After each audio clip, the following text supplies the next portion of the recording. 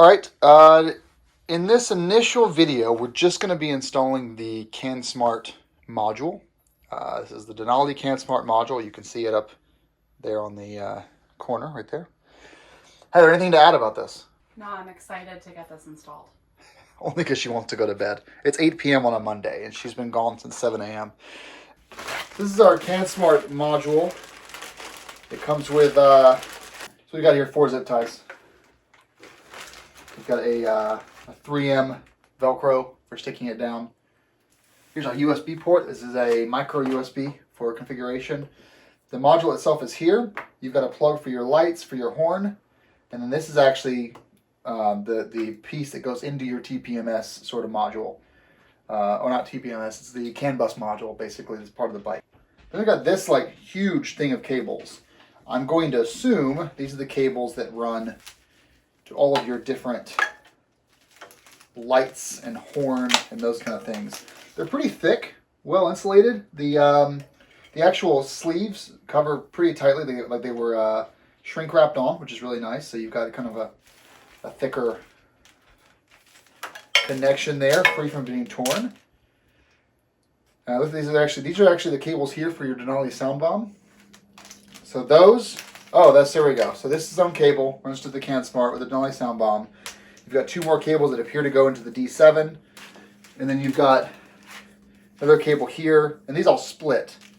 That splits for probably your D4s or D2s, whatever you're running next. D2s.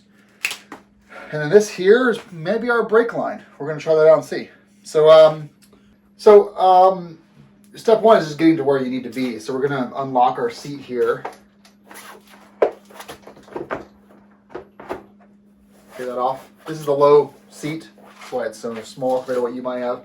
Yay. Now the F750 and the F850 are going to have a very similar, identical rear here. So insurance information. All right, so underneath here is your tool thing. Okay, sorry. Calm down. All right, so Heather and I are at the rear of the bike here. So here's your CANsmart. This is going to use that double-sided Velcro tape to kind of get locked down here. The F750 and F850 have a ton of space back here, by the way. So you've got 2 cables back here. I think this one is the CAN bus. We're going to go ahead and grab this with our fingers like this and kind of just use our pincers to grab each side of there and pull this out. We might actually have Heather do this. Nope, we got it. So we got this one right here. It was on the left side back here. Looks like it does. Yep, so that goes in there like that. Got your nice healthy click.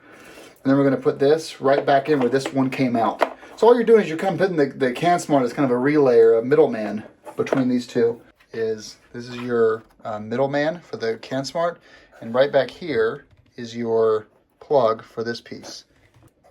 That's your CAN bus relay. So now you've got the CANsmart kind of in the middle between your 2 connections. And now Heather is going to wire us up to the battery.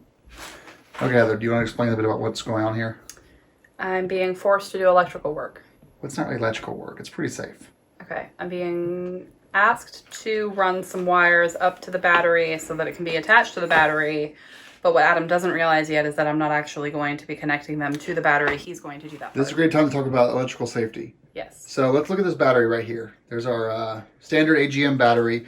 You've got your positive right here covered with the plastic and your negative over here. Now, you can touch this. Nothing's going to happen.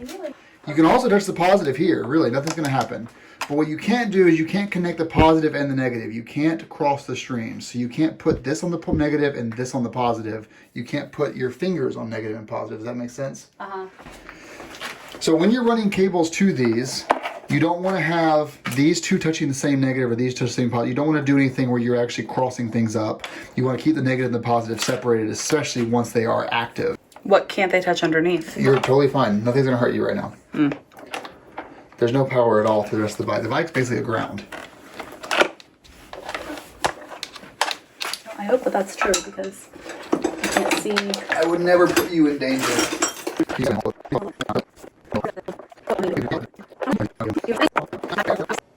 And I'm sure there will be comments about why this would never explode. Can you not prove me wrong, though? Okay. Get our negative rough in there. what I'm actually going to do is I'm going to, there we go, like that. Now we've got this right where we want it. Now on the 850 here, this is just a little clip you're going to push in. That frees this.